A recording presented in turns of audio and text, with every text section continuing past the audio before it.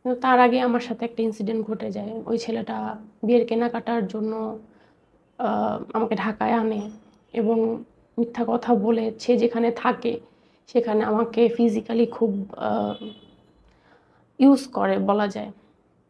এই ঘটনাটা আমি আমার ফ্যামিলিকে বলতে পারিনি। আমার উইদাউট ইওর কনসার্ন, আপনার সম্মতি ছাড়াই? হ্যাঁ, কারণ আমাদের বিয়ের কেনাকাটা করাটাই উদ্দেশ্য ছিল। সে যে প্ল্যান এটা করে রেখেছিল সেটা তো আমি বুঝতে পারিনি।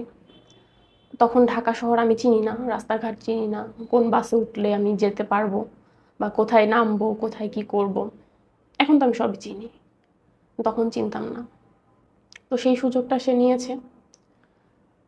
সে যেতে দেয়নি, ওই দিন আমার ফেরার কথা ছিল। সে এমন একটা প্ল্যান সাজিয়েছে যে মানে আমাকে ওই রাইট টাইমের পরে তো আর বাস থাকে না, ঢাকার থেকে বের হনোর বাস। তো আমি যদি ওই টাইমটা পার করে দিও তো যেতে পারবে না। বাধ্য হয়ে আমি যেখানে থাকি কয়েকজন ছেলে মিলে একটা ফ্ল্যাট, সেখানে আমি ওকে নিয়ে রাখবো। এবং আমাকে বলেছে ওখানে ওর কলিগের হচ্ছে ওয়াইফ আছে, তিনটা আলাদা আলাদা রুম আছে, আলাদা আলাদাভাবে তারা থাকে, এরকম কিছু। একটা মেয়ের সাথে কথাও বলিয়ে দিয়েছে।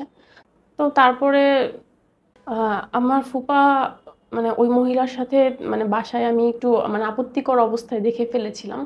তো তারপর থেকে উনিও আমার সাথে একটু গায়ে টাচ করতে চাইতো, একটু কাছে এসে বসো, একটু ধরি বা একটু ইয়ে করি, লেপের নিচে পা রাখো, পায়ে দিয়ে পা দিয়ে আহ, একটু অন্যরকম টাচ করার চেষ্টা করতো। তো এই জিনিসগুলো করতো, যেটা আমার খুব অস্বস্তি লাগতো। তখন আমি মানে এসি করা রুমটা থেকে আমি বের হয়ে চলে আসতাম। ওইটা যেহেতু লক করা থাকতো, আমি ওই রুমে না থেকে জেনারেল যে রুমগুলোতে এসি নেই ওই রুমগুলোতে চলে যেতাম, বা আমি থাকতাম না, অন্য বাসায় থাকতাম, বা আমি ওই যে ওই আন্টিটার বাসায় চলে যেতাম। যে আন্টিটার তিনতলার, সঙ্গে হ্যাঁ দেখছিলেন হ্যাঁ, সম্পর্ক ওইখানটা? ছিল। ওই আন্টি আবার আমাকে খুব আদর করতো। মানে আমার কথা ছিল কি আমি যার কাছে আদর পাবো আমি তার কাছেই যাবো, মানে এরকম একটা স্বভাবের মেয়ে ছিলাম আমি। তো দেখা গেছে ওই আন্টি খুব আদর করতো যদিও, মানে এটা ওটা খাওয়াতো, তারপর হচ্ছে সেফলি রাখার চেষ্টা করতো উনি। উনি জানে যে আমার ফুপা এরকম, কিন্তু উনারও হয়তো কোনো ওয়ে ছিল না, কারণ ওনার হাজবেন্ডও মারা গেছে, ওনার ছেলেকে মানুষ করতে হবে, ওনার মেয়েকে মানুষ করতে হবে, বিয়ে দিতে হবে। সো আমার ফুপার উপর দিয়ে সেটা করতে পারলে ওনার জন্য বেটার। দেন ওনার ছেলে মেয়ে যদি দাঁড়িয়ে যায় দেন না করলেও চলবে, বা এরকম কিছু একটা, বা এখান থেকে আমাদের যদি তাড়িয়েও দেয় মানে তার কোনো তখন আর কোনো সমস্যা হবে না। বলছিল যে মানে পরিবার সাথে না থাকলে কি হয়, এবং আপু তুমি যে ডিভোর্স দিছো এটা পর্যন্ত তোমার ফ্যামিলি জানে না এখন। আমাকে একটু পুরোটা বলবা শুরু থেকে। আসলে শুরু থেকে যদি আমি বলি তাহলে আমার মায়ের থেকে শুরু করতে হয় জিনিসটা। আমার মা অনেক গ্রামের একটা নিম্নবিত্ত ঘরের মেয়ে। তার মাধ্যমিক দেওয়ার পরে তার মা মারা যায়। তার বাবা এমন একটা মহিলাকে বিয়ে করে যে তার আসলে ওই সংসারে থাকাটা তখন জমি জমার কাজ, তারপরে ছোট দুইটা ভাই, এদেরকে মানুষ করা খুব মানে পসিবল হচ্ছিল না।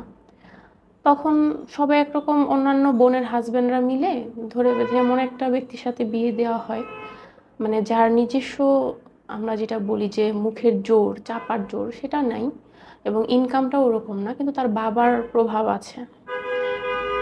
মানে মোট কথা শ্বশুরকে দেখে বিয়ে দেওয়া। তো আমার মা এই জিনিসটা যখন মানে বিয়ে হয়ে যায়, যখন দেখে যে না তার ওই ফ্যামিলিতে তার হাজবেন্ডের কোনো আহ, কথার দাম নেই, তার একজন বড় ননাস আছে মানে হাজবেন্ডের বড় বোন আছে, তার কথাতেই সমস্ত পরিবার উঠে বসে। এমনকি তার শ্বশুরও ওই একমাত্র মেয়ের কথা এবং মেয়ের জামাইয়ের কথা শোনে। তো মার তো খুব অল্প বয়স তখন, আমি বড়, তো আমি পেটে চলে আসি। তো তখন আর কি যখন পেটে আসি এটা নিয়েও অনেক কথা, যে মাত্র বিয়ে হয়েছে এখনই বাচ্চা নিতে হবে কেন। তো মা এটাতে স্বাভাবিক হরমোনের যে একটা ইমব্যালেন্স হয় তখন মা ডিপ্রেশনে চলে যায়। তো অনেক কষ্টে মানে আমাকে জন্ম দেয়। তো জন্ম দেওয়ার পরে আহ, আমার বাবা এবং ফুপির মধ্যে অনেক ঝগড়া হয়। তো ওই যে আমরা আগে বলি না, নাপিত যে নাড়া করে যে খুর, হুম হুম। ওটা আমার মানে ওই অবস্থা আমি জন্মিয়েছি যখন, তখনই মুখের মধ্যে ধরে একটা ইয়া করার চেষ্টা করে। যে মেরে ফেলবো। হ্যাঁ, মেরে ফেলবো। আর মানে এরকম হ্যাঁ। একটা প্রচলিত একটা প্রবাদও থাকে যে যাদের মুখে খুর ছোঁয়ানো হয় তারা নাকি কথার অনেক ধার থাকে, তাদের কথা অনেক চাপাবাজ হয় এবং অনেক কথা বলে তারা আর কি মানুষকে ইয়ে করতে পারে, এরকম কিছু একটা বানাবে, মানে খারাপ মেয়ে যেটাকে বলে এরকম হবে। এটার জন্য আমার ফুপি এই কাজটা করে এবং তারা অনেক বিশাল ব্যবসায়ী ঘরে বিয়ে দিয়েছে আমার ফুপিকে, অনেক বড়লোক, তারা কোটিপতি যাকে বলা হয়। এর জন্য তাদের কথাটাই আমাদের পরিবারের শেষ কথা ছিল। আমার যে আরো চাচারা ছিল, আর দুই চাচা ছিল বা আমার বাবা ছিল, তাদের কথার কোনো ভ্যালুই ছিল না। তো তখন দেখা গেছে যে আমার মা একটা পর্যায়ে এরকম অশান্তি করতো ঘরের কাজ। মানে আমার মার তো শাশুড়ি ছিল না, তো একাই ওই সংসারের মেয়ে। তো এতজনের রান্না বান্না সব কিছু সংসার ম্যানেজ করা, প্লাস এত অল্প বয়সে বাচ্চা হয়ে যাওয়া, সব কিছু ম্যানেজ করা নিয়ে মাও খুব হাঁপিয়ে উঠতো। কিন্তু আমার বাবা কি করতো, সব কাজে তার মানে আশেপাশের প্রতিবেশীর সাথে তুলনা করা শুরু করলো, যে ও এটা করতেছে, ও এত তাড়াতাড়ি রান্না করতেছে, ও এত এটা করতেছে, তুমি পারতেছো না কেন? তো তখন এক পর্যায়ে মা খুব মানে ডিপ্রেসড হয়ে আমাকে নিয়ে সংসার ছেড়ে দেওয়ার চিন্তা করলো। তো চলেই গিয়েছিল, আবার ফিরে এসেছে অনেকের বোঝানোর পর, আশেপাশের প্রতিবেশীরা বোঝানোর পর আমাকে নিয়ে ফিরে এসেছে। যদি এর থেকেও তোমার সাথে যদি খারাপ কিছু হয় তখন তুমি কি করবা, এটা বলে, মানে পুরো একটা নেগেটিভ দিয়ে আর কি। তো মাও চিন্তা করলো, হ্যাঁ এর থেকেও যদি আমার সাথে খারাপ কিছু হয়, আমি তো একটা ফ্যামিলি পেয়েছি, সেখানে আমার হাজবেন্ডের কোনো ইসে না থাকতে পারে, আমার শ্বশুরের কিছু প্রভাব খাটিয়ে আমি হয়তো আমার মেয়েটাকে একটা ভালো লাইফ দিতে পারবো সেই আশায়, বা হুম। সেরকম কিছুই তার মাথায় ঢুকিয়ে দেওয়া হয়েছিল। তো তারপর থেকে যায়। তো বাবা কি করতো আমাকে আর কি আহ, মেয়ে হিসেবে মানে সহ্য করতে পারতো না। মানে পিতাদের যেরকম হয় যে সন্তানের প্রতি একটা টান বা কিছু, আমি কান্না করলেও আমার মা বলতো, মানে বড় হওয়ার পর বলতো যে তোরা যখন কান্না করতি তোর বাবা কুলে নিত না। কিন্তু আবার দেখা গেছে কিছু কিছু টাইমে সে আমাদের খাওয়াই দিত যখন খুব পারতো না। মানে মানে কখন তার মাথায় কি হতো সেটা কেউ বলতে পারতো না। হ্যাঁ। তো আপনি আপনার বড় হওয়া থেকে আমাকে বলেন, আপনার বড় হওয়ার পরে এই ব্যাপারগুলো নিশ্চয়ই আপনার মধ্যে প্রভাব রেখেছিল, তাই কি? হ্যাঁ হ্যাঁ, অবশ্যই। আমি ছোটবেলা থেকেই আমার বাবা একদিন আমাকে ছুঁড়ে ফেলে দিছিল, সেই স্মৃতিটা আমার এখনো মনে আছে। একদম ছুঁড়ে ফেলে দেয়। উম, তারপর আরেকটা ঘটনা মনে আছে, আমার মুখে গামছা ঢুকিয়ে দেওয়া হয়েছিল, আমার বাবাই করেছিলেন। ওই সময় মা না থাকলে আমি হয়তো বাঁচতাম না। মা তাড়াতাড়ি করে গামছা টেনে বের করে মাকে বেঁধে রেখেছিল যাতে মা আমাকে বাঁচাতে না পারে। তো তখন থেকে আমার একটা জিদ ছিল যে আসলে ছেলেরা যা পারে মেয়েরাও তাই পারে। বরং বেশি পারে। হ্যাঁ, সেটা হোক বাজার করা, হোক কারোর সাথে কথা বলা, কোনো ভারী কাজ করা, কোনো ভারী বোঝা তোলা, সেগুলো সব আমি করব। এরকম একটা ছিল যে বাবা যেহেতু মেয়ে পছন্দ করে না, মেয়ে হয়েছে বলে আরো বেশি আহ, মানে আমাদেরকে মানে আমরা দুই বোন, তো আমি যেহেতু বড়, তো মানে আমাকেই বেশি সাফার করতে হয়েছে। আর আমিও চেয়েছি আমার ছোট বোন যাতে এগুলো সাফার না করে, ওর অন্যায়গুলো আমি আমার দিকে নিয়ে নিতাম। ও কিছু নষ্ট করলে বা কিছু ফেলে দিলে আমি বলতাম যে না, আমি ফেলেছি। মার হোক বকা হোক সব আমার উপর দিয়ে চলে গেছে। এটা বোন আসলে বুঝতেও পারিনি। যাই হোক, আমার দুই বোনের মধ্যে ওইভাবে সম্পর্কটা গড়ে ওঠেনি। দুই বোন আমরা দুই দিকে দুই মেরুর মানুষ। আহ, আমার ছোট বোনটা পুরোপুরি মার চিন্তাধারার মতো। আর আমি চিন্তা করি কি, আমরা যে বই পুস্তকগুলোতে পড়ি, যে নিয়ম কানুন যেভাবে আমাদের চলা উচিত, ধর্মীয় যেসব নিয়ম কানুন থাকে, ধর্মীয় বলতে আপনার মানে সঠিক পথে থাকার জন্য যেসব করা দরকার, যে যেখানে মূল্যবোধ। সেখানে নোংরা না ফেলা। আমরা যে ছোটবেলায় যে আমরা সমাজবিজ্ঞান বইগুলোতে পড়ি না, সমাজ পরিবার কিভাবে একসাথে থাকে বা কি নিয়ম কানুন মানলে সবাই একসাথে যৌথভাবে থাকা যায়, তো ওই জিনিসগুলো আমার মধ্যে খুব মানে প্রভাব ফেলতো। অন্যান্য বাচ্চাদের ক্ষেত্রে ফেলতো কিনা আমি জানি না, কিন্তু আমার ক্ষেত্রে ফেলতো যে ওই নিয়মগুলো কেন মানা হচ্ছে না। আমার মাথায় ওটাই কাজ করতো যে আমি তো পড়ছি 2, 3, 4 এইসব বইতে তো পড়ানো হচ্ছে, আমাদের আমরা পরীক্ষা দিচ্ছি। তো ওই পরীক্ষা যখন দিচ্ছি তাহলে এগুলো যখন আমরা শিখছি, তাহলে আমাদের মানে প্র্যাকটিক্যাল লাইফে কেন সেটা অ্যাপ্লাই হচ্ছে না, ওই জিনিসটা আমার Correct. ছোটবেলায় কাজ করতো। ও আমার খুব রাগ হতো, আমার অনেক রাগ এবং জেদ ছিল। তো এখন নেই। না, এখনো জেদটা আছে, রাগটাও আছে, কিন্তু এখন আসলে ভাবে দেখানোর সুযোগও নেই। জায়গাও নেই, কোনো মানুষও নেই যে আমি রাগ জেদ দেখাবো। কিন্তু আসলে তখন ওই সময়টায় ভাবতাম যে মা বাবাই তো আপন একটা সন্তানের কাছে। কিন্তু ছোটবেলা থেকে আমি আমার দাদুর কাছে মানুষ হয়েছি। আচ্ছা। তো আমার ছোটবেলা থেকে আমি দাদুর কাছেই ঘুমাই, দাদুর কাছেই খাই। যত খাবার দাবারের নিয়ম বলেন যে এভাবে খেতে হবে, এভাবে দানা ফেলা যাবে না, মানে যত নিয়ম কানুন আছে আমার দাদু আমাকে শিখিয়েছে। আর মার কাছে ইউ গুটি ইউ কয়েক। কাম টু ইউর লাইফ, আপনার ম্যারিড লাইফে আসেন। আচ্ছা, আমার ম্যারিড লাইফে আসার আগেও আসলে কিছু কাহিনী ছিল। যদি আমার প্রথমে একটা লোকের সাথে আমার ফুপি যিনি আছেন উনি বিয়ে ঠিক করেন। ওনারা অনেক যৌতুক দাবি করে। তো এত যৌতুক দিয়ে আমি আসলে কারোর কাছে বিয়ে বসবো না। ওই যে বইয়ে আমরা পড়েছি বা আমরা যৌতুক এটা অপরাধ। হুম হুম তো সেটা আমার কাজ করতো যে আমি কেন অন্যায় পথে যাব, বা এটা যেহেতু অপরাধ আমি এটা করে বিয়ে বসবো না।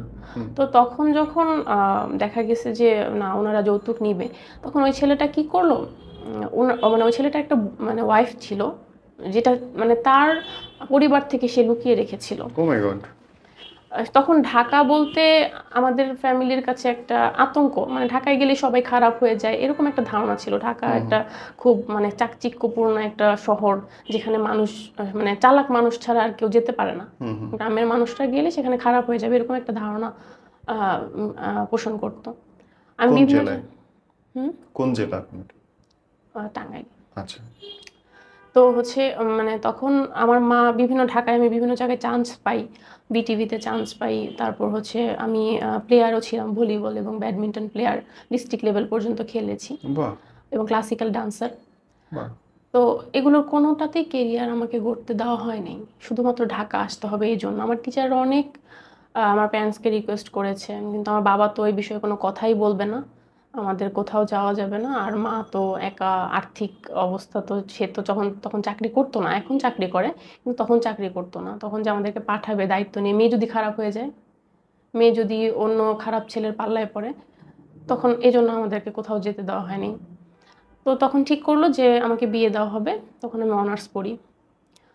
তো ওই ছেলে হঠাৎ করে একদিন আমাকে ফোন করে বলে যে আমি তোমাকে বিয়ে করতে পারবো না। তো কেন বিয়ে করতে পারবেন না, ডেট ঠিক আছে, 10-12 দিন পরেই বিয়ে। এখন বলে না, কারণ তো কিছুতেই বলে না। তারপর বলছে আমি পারবো না। তো ওই ছেলের বাবার সাথে বাবা আবার আমাকে ফোন দিয়েছে, তখন আমি ওনাকে বলে দিয়েছি যে আপনার ছেলে বলেছে আমাকে বিয়ে করতে পারবে না। তখন বাবা হয়তো তাকে কোনো কিছু বলেছে যে বিয়ে না করলে তোমাকে আমি আমার সম্পত্তি থেকে বঞ্চিত করে দিব। ওনার এক মেয়ে এক ছেলে ছিল। এই ভয়ে আবার 2 দিন পরে ফোন দিয়ে বলে হ্যাঁ আমি তোমাকে বিয়ে করবো, আমাকে মাফ করে দাও, আমি ভুল হয়ে গেছে, আমি তোমাকে বিয়ে করবো। এটা কি কারণ, তাদের মধ্যে কি ঘটেছে আমি এগুলো কিছু জানি না, জানতেও চাই না। তখন ছেলের মা আমাকে ফোন করে বলতেছে যে মা তোমাকে অনেক আমার পছন্দ হয়েছে, তুমি অনেক ভালো একটা মেয়ে, তুমি আমার ছেলেকে ঠিক করে দাও। তখন আমি তাকে বলেছি যে আমি তো কোনো মানুষ মানে ঠিক করার বা বানানোর মানুষ মানুষ বানানোর তো কোনো কারখানা খুলে আমি রাখিনি। তো সেক্ষেত্রে আপনি কিভাবে আশা করছেন যে আমি আপনার ছেলেকে মানুষ করে দিব? বিয়ে করা করা মানে কি একটা ছেলেকে মানুষ করে দেওয়া? তখন বলছে না আমার ছেলেটা একটু এমন, তো একটাই ছেলে, একটু হয়ে গেছে ঢাকা শহরে থেকে, তুমি তোমার মানে সাথে সংসার করলে তাহলে ঠিক হয়ে যাবে। আমি বলছি না, যে ছেলে একদিন বলে যে বিয়ে করব না, একদিন বলে বিয়ে করব, তো ওই ছেলেকে তো আমি যৌতুক দিয়ে এতগুলো টাকা মানে ক্যাশ টাকা প্লাস স্বর্ণ দিয়ে তো আমি ওই ফ্যামিলিতে যাব না।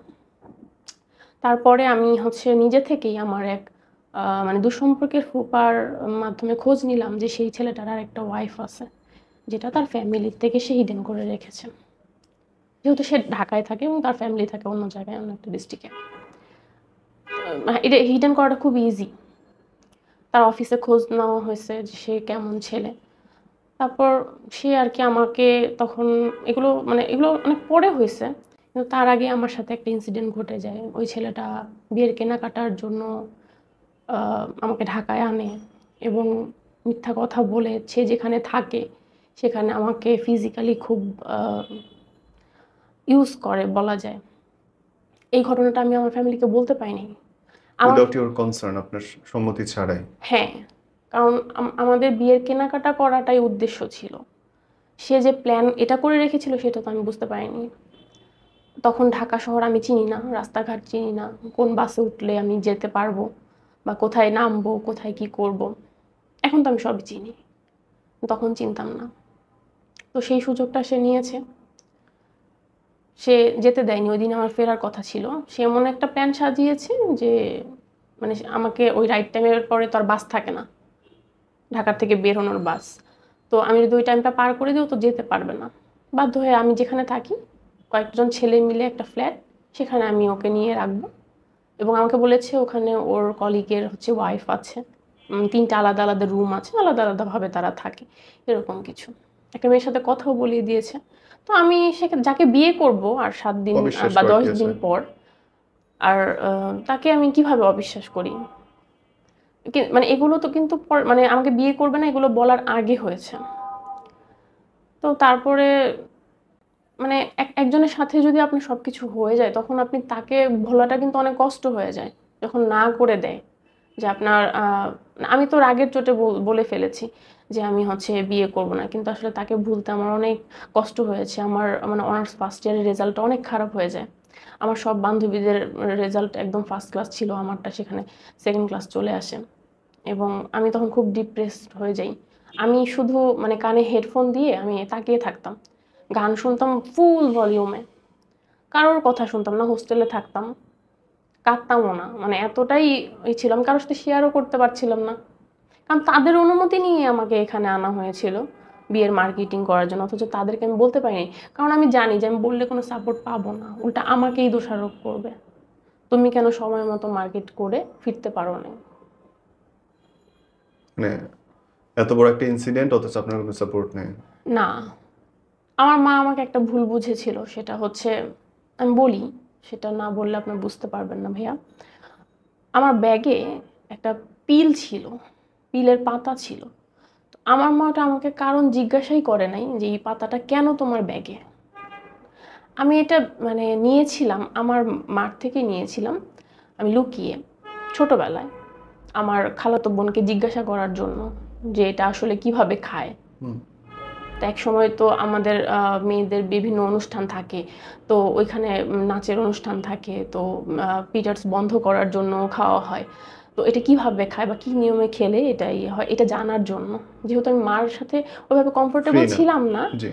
বা কি বলবো বা কিভাবে জিজ্ঞাসা করবো, মানে এরকম একটা সিচুয়েশন ছিল। তো আমি চিন্তা করেছি যে আমার যে 1-2 বছরের বড় যে খালাতো বোন আছে ওকে জিজ্ঞাসা করলে ম্যারিড, ইজিলি সব কিছু বলে দিবে। হুম। ওইটা আর আমার পাতাটা ঠিক জায়গা মতো রাখা হয়নি, তো আমার ব্যাগে মা ভুলবশত দেখে ফেলে। তারপর থেকে মা আমার সম্পর্কে একটু খারাপ ধারণাই পোষণ করছিল, সেটা আমি এখন বুঝতে পারছি। তখন বুঝতে পারিনি যে কেন মা আমার সাথে এমন আচরণ করছে। হুম। যদি আমার সাথে খোলাখুলি কথা বলতো বা আমার সাথে জানতে চাইতো তাহলে হয়তো বিষয়টা এই পর্যন্ত গড়াইতো না। সেও বলেনি, আমিও বলিনি, আমিও হুম। বুঝতেই পারিনি যে সে এইভাবে ভাবছে জিনিসগুলো। তো আমাকে ইন্টারমিডিয়েটে আমার ফুপার বাসায় রাখা হয়, কোটিপতি ফুপার বাসায়, তার গাড়ি দিয়ে আমাকে কোচিং করানো হতো। আমি 5 দিনে 5টা ড্রেস কেন পরি এটার কৈফিয়তও তাদের দিতে হতো, কাকে? ফুপিকে ফুপাকে। কেন? একই ড্রেস আমি 2-3 দিন পরে তারপর ধুয়ে কেন পরি না, এই সিলি সিলি বিষয়গুলো নিয়ে মানে আমার মাকে বিচার দেওয়া হতো। তখন তাদের 3-4টা ল্যান্ড ফোন ছিল, সেখান থেকে ফোন করে ঘন্টার পর ঘন্টা আমার নামে বিচার চলতো। মা আমার সম্পর্কে বিচার শুনতে শুনতে অতিষ্ঠ হয়ে কিন্তু মা ওনাদের কাছে কেন দিল? ওনারা বলেছে যে আমার এখানে থেকে কোচিং করলে ঢাকা ভার্সিটিতে চান্স হবে, যদি জাহাঙ্গীরনগরে চান্স ওইখানে হবে। সেটাই বলে তাইলে আবার বিচার দিবে কেন? এত এত কথা কিসের? বিচার দিয়ে তো আমি একটু মানে মানে সে যেটা খেতে বলবে ওটাই খেতে হবে, আমি তার বাইরে মানে এক চুলো বেশি বা কম খেতে পারবো না, এরকম কিছু রেস্ট্রিকশন ছিল। মানে মিথ্যা কথা বলতাম, আমি যদি থালটা একটু ধাক্কা দিয়ে উঠে মানে ডাইনিং টেবিল থেকে উঠে যেতাম রাগের চোটে যে আমার এটা ভালো লাগছে না, আমি কেন খাবো, আমি শুধু ডাল দিয়ে ভাত খাবো, আমি মাছ খাবো না, বা এই মাছটা কাটা অনেক আমি খেতে পারবো না, এটাই অসুবিধা ছিল। ওকে। সে এভাবে বিচার দিত যে আমি থাল হচ্ছে মুখে ছুঁড়ে মেরেছি, আমার মার কাছে এভাবে বিচার যেত। আমি হয়তো থালটা একটু সরিয়ে আমি বেসিনে হাতটা ধুয়ে আমি হয়তো ছাদে চলে গেছি, ছাদের থেকে আমি চুলের মুঠি ধরে টেনে আমার ফুপি নিয়ে আসতো আমাকে। কি বলেন? হ্যাঁ, নিজের ওনাদের বাসার যে কাজের লোক ছিল তার সাথে ঘুমাতে দিত।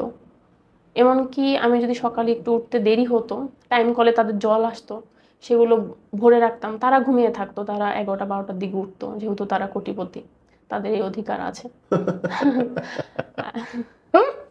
সো আমার 7টার দিকে উঠে টাইম কলে জল ধরতে হবে, সেগুলো ফুটাতে হবে, ঠান্ডা করতে হবে, সেগুলো ছোট ছোট বোতলে ভরতে হবে, মানে কাজের লোকের যা কাজ তার সাথে আমার তাই করতে হবে, রুটি তরকারি এগুলো বানাতে হবে। আর পড়ালেখা কই? পড়ালেখা ওই পড়ালেখা করতে করতে সোফার পিছনে বসে পড়ালেখা করতাম, তারপর যদি ঘুমিয়ে পড়তাম আমাকে এসে জগ দিয়ে পানি ঢেলে দিত আমার ফুপি, আমার নিজের ফুপি। সো এগুলো করেছি। ইন্ডিয়া থেকে যখন তার মেয়ে এসে দেখেছে যে আমার সাথে এরকম করে, আমি যখন বলেছি আমার ফুফাতো বোনকে, ও একটু আমার সাপোর্টে ছিল, তখন ও নিজে ওর মাকে শাস্তি দিত। একটা মাত্রই মেয়ে ছিল, মানে আমার ফুপি আবার তার মেয়েকে দেখে খুব ভয় পাইতো। সে যদি বলতো যে তুমি এখনই নাকে কানে খত দিবা আমার সামনে, সে খত দিতে বসে যেত। মানে মেয়েকে দেখে এত সে ভয় পেত। তো ইন্ডিয়া থাকতো তো সবসময়, তারা দুজন শুধু স্বামী স্ত্রী এখানে থাকতো ব্যবসার কাজে, আর মাঝে মাঝে ইন্ডিয়া যেত। তো মেয়ে যখন আসলো তখন আমি বললাম যে এই তো এমন এমন কাহিনী। তো ওর সাথে আমি ঘুমাতাম, তো ও রাতে ছাদে আমাকে নিয়ে গেছে, সারা রাত ফোনে গল্প করছে। কিন্তু দেখা গেছে যে পরের দিন সকালে আমারও উঠতে দেরি হয়ে গেছে, আমিও যেতে পারিনি কোচিংয়ে। দেখেছে পানি মানে আমার উপর ঢেলে দিছে, আমার পাশে তো ও শুয়ে আছে, কয়েক ছেটা ফুটা গেছে। তো তারপর সে মানে খুব রিয়াক্ট করে উঠছে। তখন আমি বললাম যে আমার সাথে এরকম হর হামেশা এরকম করে।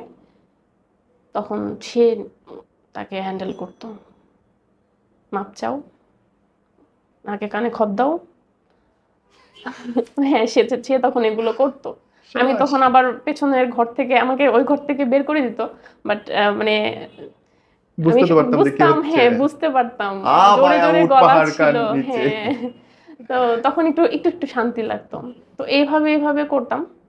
আমি আবার ছিলাম কি ছোটবেলা থেকে যে আমার সাথে যে খারাপ আচরণ করবে তার আমি কিছু একটা ক্ষতি করব।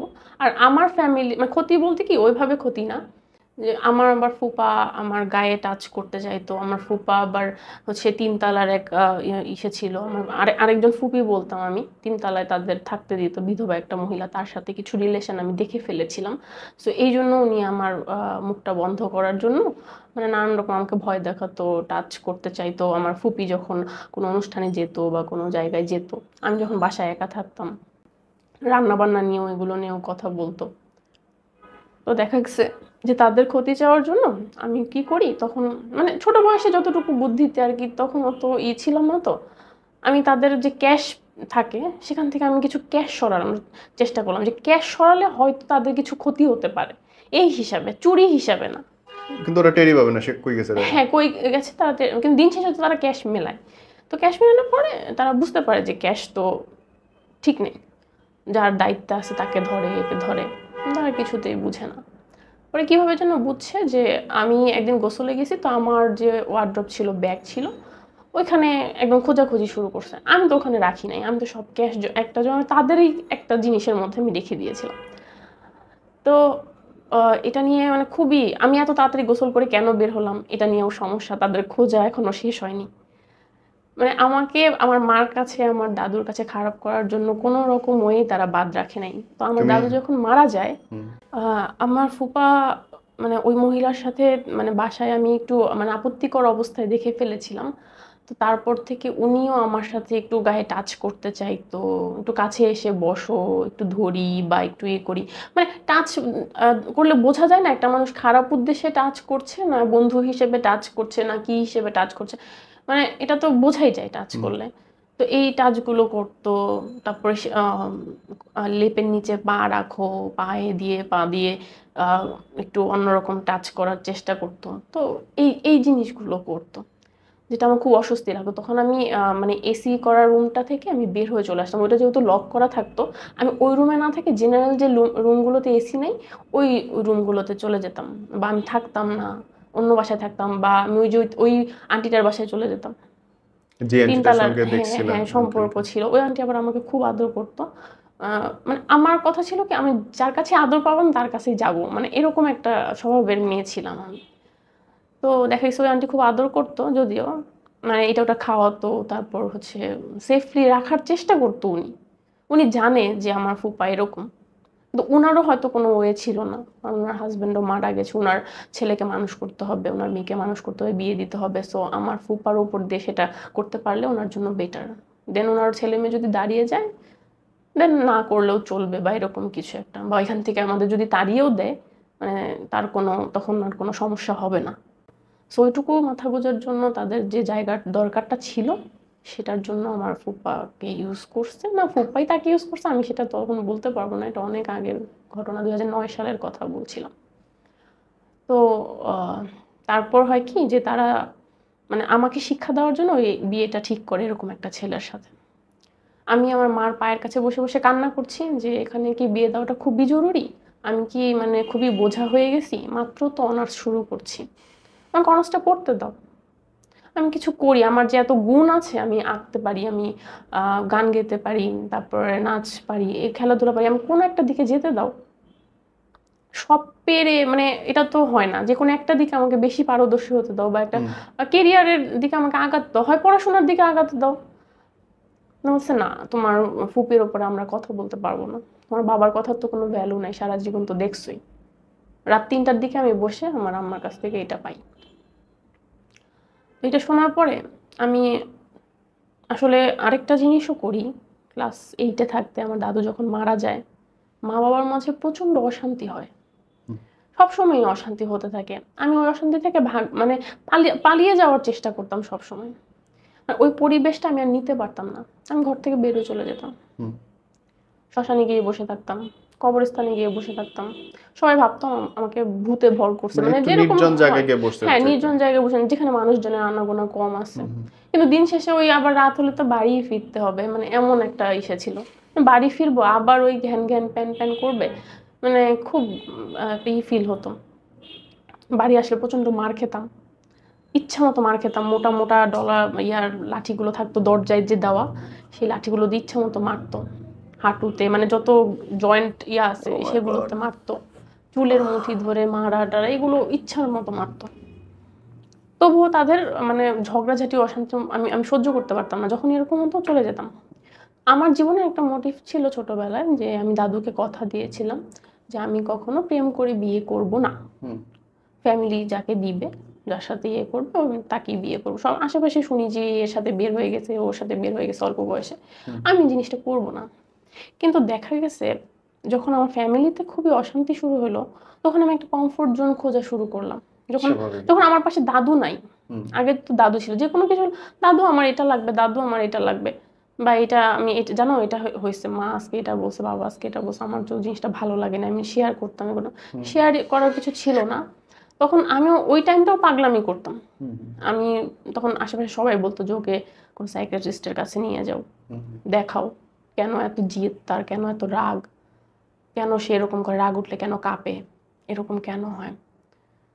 তখন আসলে আমার মা ভাবতো যে সাইকিয়াট্রিস্টের কাছে শুধুমাত্র পাগলরাই যায়, ওখানে নিয়ে গেলে আশেপাশে বদনাম হবে, মেয়েকে আর কোনোদিন বিয়ে দিতে পারবো না, সবাই বলে পাগলে তো পাগলের ডাক্তারের কাছে যায়। তো এই কারণে আর নেওয়া হয়নি। তো আমি ওই জিনিসটা খুব ভুগতাম। তখন দেখা গেছে যে আশেপাশের যে টিনেজ ছেলেরা থাকে না, হাঁটলে চললে একটু ডিস্টার্ব করে বা একটু গান গায় পাশ দিয়ে, তখন দেখা গেছে যে হ্যাঁ এরকম করতে করতে ওই বয়সটার কারণে একটা ছেলেকে ভালো লাগে। তো ওর একদিন এক পুজোতে আমার মনে হলো যে মানে খুব অশান্তি মা বাবার মধ্যে চরম হচ্ছে, আমাকে নিয়ে হচ্ছে অশান্তি। সেখানে আমি মনে হলো যে আমার একমাত্র মনে হলো যে আমি না থাকি, মরেই যাই, এরকম মনে হলো। 2বার আত্মহত্যা করতে গেলাম, কিন্তু মরলাম না। বিষ খেলাম কিন্তু মরলাম না, বিষ হজম হয়ে গেল, জানি না কিভাবে হজম হয়েছে। আহ, পরে ফাঁসি দিতে গেলাম, ফাঁসিও দিতে পারলাম না, লম্বা হওয়ার কারণে পা মাটিতে থেকে যায়, ফাঁসি দিতে পারলাম না বাথরুমে গিয়ে। পরে এখন কি করব, তখন চিন্তা করলাম তাহলে ওই ছেলেটা আমাকে পছন্দ করে, তাহলে ওর সাথে আমি চলে যাই। ও যখন ওর মা বাবার অনেক প্রশংসা করতো, মানে তখন ওই লেভেলে, মানে ক্লাস 8-এ পড়ি তখন, খুব ছোট, তো ওই লেভেলে এরকম মানসিকতা তৈরি হয়ে গেছে আমার ফ্যামিলির অশান্তির কারণে, যে ও সবসময় মা বাবার গল্প করে যে ওর মা বাবা সুখী, হ্যাঁ এটা ভালো ফ্যামিলি, ওখানে আমি চলে যাই, ওখানে গেলে ইয়া করবো, যে চলে তো আর এমনি এমনি যাওয়া যাবে না, তার মানে ওই ছেলেকে আমাকে বিয়ে করতে হবে। তো আচ্ছা আগে চলে যাই, দেন বিয়ে টিয়ে ওগুলো পরে দেখা যাবে। তো নিয়ে যাই, কিন্তু আমি আর যাই না। ওই ছেলেটার কাছে যাই, দেখা করি, সব করি, ওর বন্ধু বান্ধব সব গ্যাং ট্যাং নিয়ে আসে, সেম এজ ছিলাম। কিন্তু আমরা আমরা যখন কথা বলতাম তখন কিন্তু আমাদের মধ্যে মানে এরকম কথা ছিল যে দেখো আমি তো প্রেম করে বিয়ে করব না, আমি তো বুঝি তুমি আমাকে পছন্দ করো, দেন তুমিও পড়াশোনা করতেছো আমিও পড়াশোনা করতেছি, আমরা পড়াশোনা করে একটা স্টেজে যাব, দেন আমরা ফ্যামিলিকে বলে আমরা বিয়ে করব। এরকম কিন্তু আমাদের ছিল জিনিসটা, কিন্তু বাসার বাসার পরিবেশটা এমন হয়ে উঠলো যে আমার সেখানে থাকা মুশকিল মুশকিল। হয়ে গেল। বাবা একদমই সহ্য করতে পারছিল না আমাকে। আমি যতই তার কাজ করে দিই, আমার বাবা বাজার করতেন না, মানে ছেলেদের যে কাজগুলো আছে সেগুলো করতেন না, আমি করতাম, মা হেভি বাপ করতাম। পাইছে একটা। বাবা আসলে আমাদের সহ্যই করতে পারতো না, মানে মেয়ে কেন হয়েছে এরকম টাইপের, মানে তার সন্তান না হলেই ভালো ছিল আরে এমন বাপরে। টাইপের। তো মানে আসলে পিতা কি জিনিস এটা বুঝতে পারি নাই আমরা। তো তারপর এই কাহিনীর জন্য আমাকে, মানে আমি যে চলে গেছি এটা তো সবাই জেনে গেছে যে আমি চলে গেছি একটা ছেলের সাথে, কিন্তু আমি তো আসলে যাই নাই। আমি তো গিয়ে বসে আছি শ্মশানে, যেখানে মরা শোয়ায় সেখানে। সবাই তো অবাক, ওইখানে গেছে এই মেয়ের মধ্যে তো মানে, জিন ভূত আছে। হ্যাঁ ভূত আছে ওখানে, ওই চিতাখোলার উপরে যে বসে আছে ওখান থেকে নিয়ে আসছে অনেক মানে চিতাখোলা তো মানে একজন দুইজন যায় না, ভূতে ধরবে, তো গ্রাম শুদ্ধ মানুষ নিয়ে গেছে ওখানে। আর অন্ধকার একটা জায়গা, শান্তি মতো বসবো একটু করবো। তো ওই ছেলেটার কাছে যখন গেছে ওই ছেলেটা ভয় পেয়ে গেছে, তো ওই ছেলেটা নিবে না, মানে পোটলা পাটলা গুছায় তো নিয়ে গেছি, কয়েকটা জামা কাপড় নিয়ে গেছি। তো ওই কয়টা জামা কাপড়ে কি হয়, আর আমার কাছে মনে হয় 2000-এর মতো টাকার টোকা ছিল জমানে, মানে স্টুডেন্ট লাইফে মানুষ যেরকম আর কি থাকে, নিয়ে টিয়ে গেছি। কিন্তু তখন হচ্ছে কি, মানে এতজন লোক আসতেছে, এত লাইট, আমি দেখে বলছি এগুলো কই যায়, মিছিল করতেছে না কি আমার কাছে আসতেছে, আমি বুঝতেই পারতেছি না। তখন হচ্ছে এসে বলতেছে, তারপর কান ধরে তো কতগুলো দিল পিঠের মধ্যে সবার সামনে। আমার কত আত্মীয় স্বজন ছিল নদীর ওই পারে, একদম পুরা শেষ সব ইজ্জত। হলোটা কি, জিনিসটা কি করতে চাইলাম কি হইলো, মানে তখন আমি নিজে ইয়া হয়ে গেছি, আবার সে অশান্তির মধ্যে এসে পড়ছি। আসার পরে আরো মাইর দিল ওই লাঠি দিয়ে, মানে তখন তো হাত দিয়ে দিছে, লাঠি ছিল না, বাসায় আসার পর তো লাঠি দিয়ে দিছে। ওরে বাবা রে বাবা, মায়ের মাথা মুথা সবকিছু ফুলে গেল আমার, মানে খুবই অবস্থা খারাপ। তারপরেই আসলে সিদ্ধান্ত নিল যে আমাকে ফুপির বাসায় ওখানে, মানে কিছুদিন ওখানে লেখাপড়া শেষ করায় ম্যাট্রিক ট্যাট্রিক ইয়া করে দিয়ে ইন্টার করে দিয়ে তারপর হচ্ছে ফুপির ওখানে পাঠিয়ে দিল। ফুপি তো তারপর অত্যাচার শুরু হলো, আমার কথা তো বিশ্বাস করে না, ঘর পালানো মেয়ে, কিছু হলেই ঘর থেকে পালাই যাই। তো তারা আসলে কারণ জানতেও চায়নি কোনোদিন, আর আমি আমার কথা মানে বসে শুনবে সেই ধৈর্যটাও তাদের ছিল না। মা কাজ কাজ কাজ, সংসারে এই কাজ ওই কাজ এই কাজ, তোমার বাবা টাইমলি খাইতে চাইতেছে, খাইতে দিতে হবে, রান্না করতে হবে টাইমলি, এই ঘড়ির কাঁটা এদিক থেকে এদিক করা যাবে না, তাহলে ইয়া হয়ে যাবে, এখন ঘর ঝাড়ু দিতে হবে, এখন এটা করতে হবে, মানে এইটা এইটা রুলস। তো আমরা রুলসের মধ্যেই বড় হয়েছি, ঘড়ির কাঁটা দেখেই আমি বড় হয়েছি, কিন্তু এটাকে বড় হওয়া বলে না। না, অযত্ন বলে এটাকে। তুমি প্যারেন্টস বাইরের মানুষের কথা শুনবে, কিন্তু ভেতরে তোমার তোমার বাচ্চা কি কখনোই বাইরের করছে, মানুষের কথা শুনবে না। তোমার তাহলে বাচ্চা কি প্যারেন্টস কই? করছে, হ্যাঁ সেটা তুমি শুনবে না। মানে বাইরের আন্টিদের সাথে গল্প করার সময় আমার মা বলতো, হ্যাঁ আমার মেয়ে তো এগুলো সেগুলো মানে খুব একটা ইয়ে করে না, কিন্তু আমি কিন্তু এগুলো পারি। তো তাহলে মানুষকে বলতে সমস্যা কি তোমার? অন্যান্য আন্টিরা তাদের বাচ্চাদের সম্পর্কে বলতেছে যে আমার ওরা করছে না কিন্তু মানে বলছে বাড়িয়ে। জিরো থেকেই তুমি পরিবারের কোনো সাপোর্ট পাও না না। না না, কোনো সাপোর্টই দেন হয়নি। How did you get married? তারপর আমার ওই বিয়েটা যখন ভেঙে যায় তখন আমার রেজাল্টও খারাপ হয়ে যায়। একটু সংক্ষেপে বলবো, আমরা 5 মিনিটের মধ্যে শেষ করতে হবে। তারপর হচ্ছে আমি চিন্তা করলাম যে না এভাবে হবে না, বাবা মার দ্বারা হবে না, আমার নিজেকেই মানে কোনো একটা ছেলে নিয়ে আসতে হবে। তো দেখা গেল আমার হাজবেন্ডের সাথে একবার পরিচয় হলো আমার খালাতো ভাইয়ের ফ্রেন্ড হিসেবে। পরবর্তীতে জানতে পারলাম যে সেই লোকটা হচ্ছে আমার মার ছোটবেলার বান্ধবীরও ছেলে, তাদের একই পাড়াতেই বসবাস। ফিল্মে। হ্যাঁ, তো ওটা পরবর্তীতে জানলাম, প্রথমে জানি আমি আমার খালাতো ভাইয়ের বন্ধু।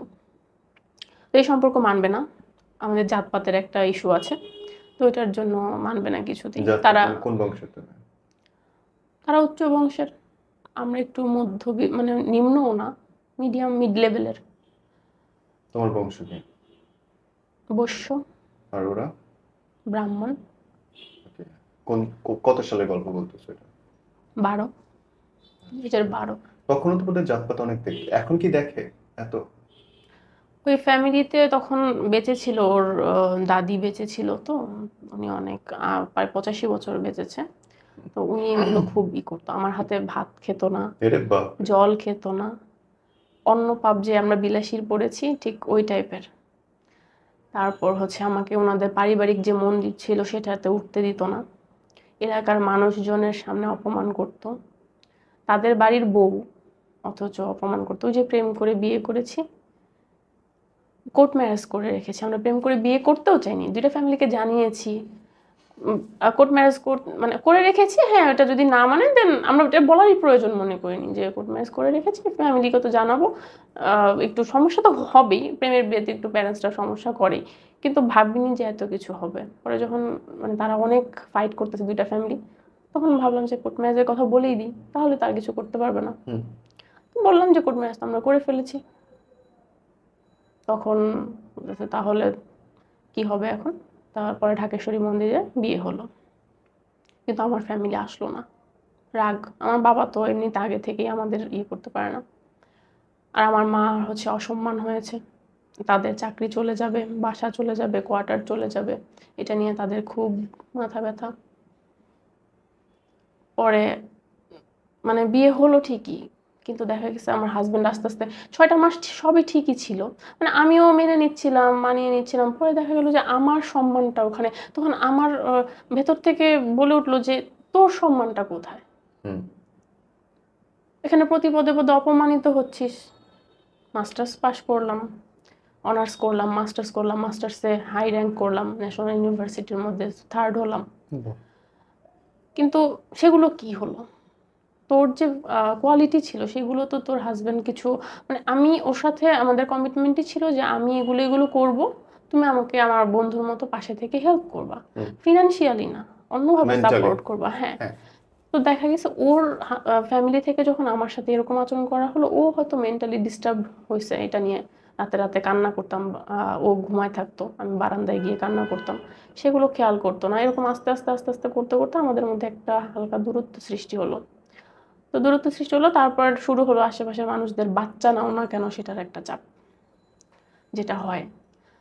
তো ওর এটা খুব অদ্ভুত, শালা বিয়ে করলাম আমি, বয়স যে আমার সাথে আছি আমি, পাড়া প্রতিবেশী ঘুম নেই আমার, কারণ বাচ্চা হইতেছে। বাচ্চা হয় না, কবে নিবা, কবে মানুষ হবে, কবে বয়স বাড়তেছে। বলছি ঠিক আছে, বয়স বাড়তেছে, নিবো নিবো এরকম করে, মানে কথা কাটায় কাটায় কাটায় কাটায় এরকম 8টা বছর পার করে দিছি।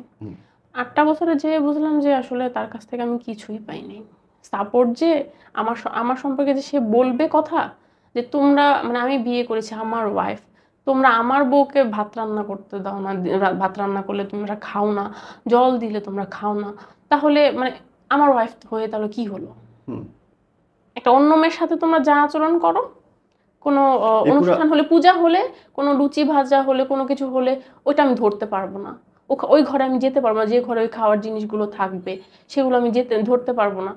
এটা আবার আমি মানতে পারতাম না, আমার খুব আত্মসম্মানে বাঁচত। এই পুরো 8 বছর এইভাবে ট্রিট করছে? হ্যাঁ, অস্পৃশ্য। হ্যাঁ। তো তারপর যখন তার ওই তোমার দাদিটা হাতে মারা রান্না যায়, খায় নাই তোমার? ও মাই গড, ও মাই গড। এমনকি ঘুম থেকে যদি উঠতে দেরিও হতো আমাকে খুব কথা শোনাতো। এবং তারা ঘুমাতো কয়টায়? রাত 2টা-3টায়। তো একটা মেয়ে যদি রাত 2টা-3টার দিকে ঘুমায়, 9টা-10টা সে বাজে। 7টা বাজে কিভাবে উঠে রান্না করে তার শ্বশুর বা হাজবেন্ডকে অফিসে পাঠাবে? হয় না? খাবার বেড়ে ঠান্ডা করে সেগুলো টিফিন ক্যারিয়ারে ভরে সে কিভাবে দিবে?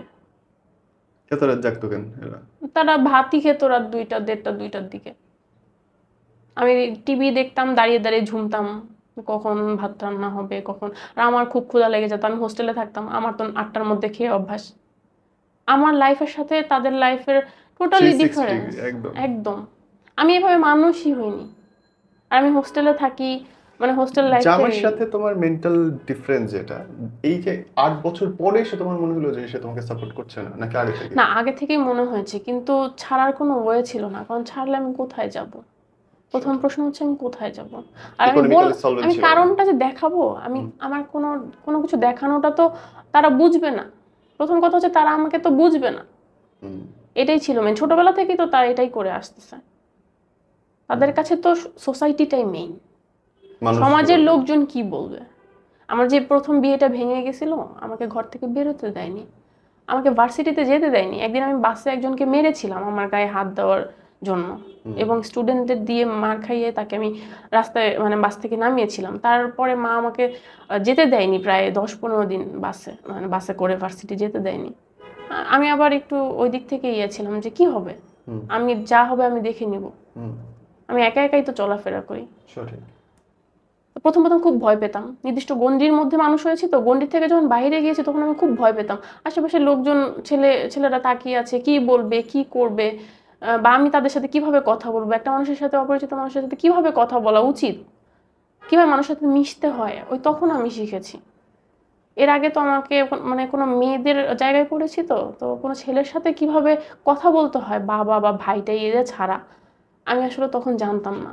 যখন আমি ভার্সিটিতে পা দিই, তখন যখন বাস দিয়ে চলাচল করতে হয় অনেক মানুষের সাথে, তো তখন আমি শিখি যে কিভাবে টাকা দিতে হয়, ভাড়া দিতে হয়, কিভাবে মানুষের সাথে, অন্য অপরিচিত মানুষের সাথে কথা বলতে হয়, আই কন্টাক্ট কিভাবে করতে হয়, এগুলো। তারপর মানে আমার লাইফে আমি ভাবিই নাই আমার হাজব্যান্ড এমন হয়ে যাবে, যে এত কেয়ারিং ছিল, মানে এত সাপোর্ট করতো সব কিছুতে, সে হঠাৎ করে 1 বছর পর থেকে এমন চেঞ্জ হলো যে তার কোনো অসুস্থতা হলেও আমি তাকে ডাক্তারের কাছে নিতে পারতাম না। কেন? যেত না। মানে তোমার সাথে যেত না, না যেত না? এমনি যেত না, আমার সাথেও যেত না, এমনিতেও যেত না। ওষুধ যদিও কষ্ট করে, মানে আমার পরিচিত কোনো ডক্টর রিলেটিভ তো আছেই, তাদের কাছ থেকে যদি আমি ওষুধ প্রেসক্রাইব করে নিয়ে আসতাম, অর্ধেক কিনতো অর্ধেক কিনতো না। কেন? টাকার সমস্যা ছিল? না না না, টাকার সমস্যা না, অ্যান্ড মেন্টালি সে আপসেট। আমি শেয়ার করতে বলতাম, সে শেয়ার করতো না। তার তার ফ্যামিলি যে আমার সাথে এমন করতেছে। তুমি একদম শেষে আসো বোন, তুমি তার সঙ্গে ছাড়ার ডিসিশন কেন নিলা, কিভাবে নিলা? আমি আসলে পারছিলাম না তাকে সহ্য করতে। মানে মানুষের মন বলে একটা কথা আছে না, মনটা যখন ভেঙে যায় তখন কিভাবে একটা মানুষ একটা মানে মানুষের সাথে থাকবে, ফিজিক্যাল রিলেশন করবে, কিভাবে, এটা তো আসবেই না। সঠিক। কতদিন হয়েছে তুমি আলাদা আছো? অনেকদিন। বেবি হওয়ার পরে তো আর আমাদের মধ্যে কোনো ইস্যু, 2-2.5 বছর। আর বেবিটা নিয়েছি ইচ্ছা করি, তো তার আগের থেকেই নাই, শুধু বেবির জন্যই 2-1বার ফিজিক্যাল রিলেশন হয়েছে, তার আগে থেকেই নাই, মানে 4-5 বছর ধরেই আমাদের মধ্যে নাই বললেই চলে। তো এভাবেই চলছি। অনাগ্রহের জন্য না কোনো কারণ? অনাগ্রহ না, আসলে আমি তাকে মেনেই নিতে পারছি না আর। মানে সে এত প্যারা দিচ্ছে, মানে এখনো দিচ্ছে, তখনও দিচ্ছিল। রান্না তো সে করতেই যাবে না, চাকরি বাকরি করে এসে সব কিছু আমি করব, সব আমি করব, সব বাচ্চা আমি করব, রান্না আমি করব। কাজের লোককে যদি রান্না করতে বলি, কি রান্না করছে, স্বাদ হয় নাই, এইটুক ভাত খাবে আর বাকিটুকু খাবেই না। তো তার ভাগের ভাতটা তো আমি তো আবার খাবার নষ্ট করি না, পচে গলে না গেলে আমি খাবার নষ্ট করি না, কারণ আমি এটাই শিখেছি আমার দাদুর কাছ থেকে, যে একটা দানাও নষ্ট করা যাবে না। সেটা যতই তুমি ওভার খাও না কেন, তোমাকে যদি খাবার নষ্ট না করার জন্য যদি বেশিও খেতে হয়, তুমি তাও খাবা, কিন্তু খাবার নষ্ট করা যাবে না। আমি রেস্টুরেন্টে গেলেও খাবার নষ্ট করি না। তোমার নিয়ে তাহলে রেস্টুরেন্টে যাইতে হবে। না না না না, দ্যাটস মানে আ এটা ভেরি গুড, বলছি। না I could understand, that's a very good learning. Anyway, তোমার এই গল্পটা না মানে খুব হালকা মেজাজের, কিন্তু গল্পটা অনেক ভারী। তুমি খুব মানে হেসে খেলে বললে, কিন্তু বিশ্বাস কর প্রত্যেকটা শব্দ আমি অনুধাবন করতে পারছিলাম। কত সহজে কত কষ্টের কথা বলা যায়, ইউ সেড ইট। এবং এই পুরো গল্পে আমার মনে হয়েছে জানো যে your father was the main character, যার জন্য এত কিছু ঘটছে। একটা বাপের যে সত্যিকার বাপ হওয়া উচিত, পুরুষ হওয়া উচিত, রেসপেক্ট অ্যান্ড ডিসিশন নেবার ক্ষমতা রাখা উচিত, সেটা বোধ হয় এর চেয়ে সহজ আর সুন্দর বেদনাদায়ক উদাহরণ হতে পারে না। আমার হাজবেন্ডের মধ্যে আমি আমার বাবাকে দেখতে পাই এখন, অবশ্যই। এই জন্য আমি তাকে সহ্য করতে পারি না। Never ever, that's can't. কিন্তু প্রত্যেকটা মেয়েই কিন্তু চায় তার হাজবেন্ডের মধ্যে তার বাবাকে দেখতে, কিন্তু আমি চাই না। কিন্তু সেটাই আমি এখন দেখতে পাচ্ছি, যে আমার বাবার যে যে কোয়ালিটির কারণে আমার মা তাকে অপছন্দ করে, সেই কোয়ালিটিগুলো হঠাৎ করে কেন আমার হাজবেন্ডের মধ্যে চলে আসলো, এটা আমি একদমই মানে মানতেই পারছি না যে কিভাবে আসতে পারে। দুইটা মানুষ তো দুইটা ভিন্ন মানুষ ছিল, সে তো একটা ভিন্ন ভালো ফ্যামিলি থেকে এসেছে, তার বাবা মার মধ্যে আমি আজ পর্যন্ত এতগুলো বছরে আমি টুকিটাকি মানে ঝগড়া লাগতেও দেখি নাই। এনিওয়ে, যারা শুনছে দেখছে, তোমাকে তো কেউ দেখছে না, যারা শুনছে তাদের জন্য যদি কিছু বলতে চাও। তাদের জন্য আমি বলবো আসলে ফ্যামিলি, বাহিরের মানুষের কথা না শুনে নিজের বাচ্চাদের কথা শুনলে আমার মনে হয় পরিবারটা অনেক ভালোভাবে মানে গ্রো করতে পারবে। পরিবারের বাচ্চাদেরকে একটু গুরুত্ব দেওয়া উচিত, তারা কি বলতে চায় সেটা আগে শোনা উচিত প্যারেন্টসদেরকে। আশেপাশের মানুষরা তো বলবেই, অনেকেই অনেক কথা বলবে, কিন্তু তোমার নিজের বাচ্চা কি বলতেছে সেটা সবচেয়ে ইম্পর্টেন্ট তোমার কাছে। Thank you.